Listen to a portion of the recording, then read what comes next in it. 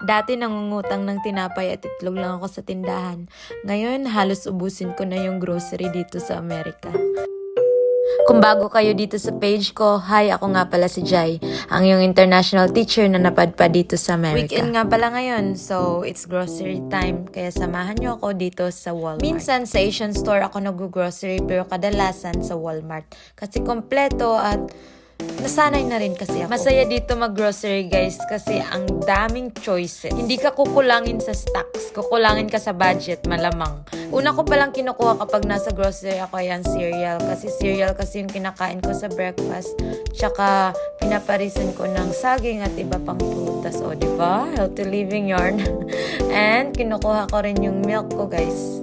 Ayoko nga pala sa milk na puti kasi nagkaka-acid ako. Alam niyo naman. And ito, chocolate yung pinili ko. And bumili rin ako ng honey para sa cereal na kinakain ko sa umaga.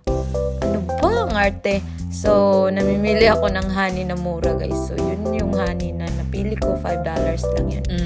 Pangiti-ngiti sa mga, dumadaan para ibigin. Bumibili rin ako ng sliced bread dito kasi ang mama ko sobrang hilig ng sliced bread. Kaya kapag kumakain ako ng sliced bread, nare-remind ako sa mama ko. Ay, char! At ito nga pala yung nabili ko guys for this week. And yun, mag-self-counter na ako. So, self-counter.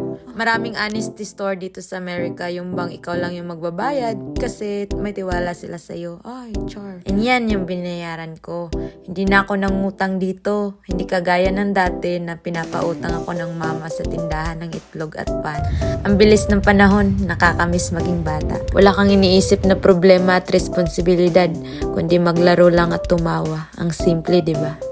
Kaya yun lang. Maraming salamat sa pagsabay. Ako nga pala si Jai.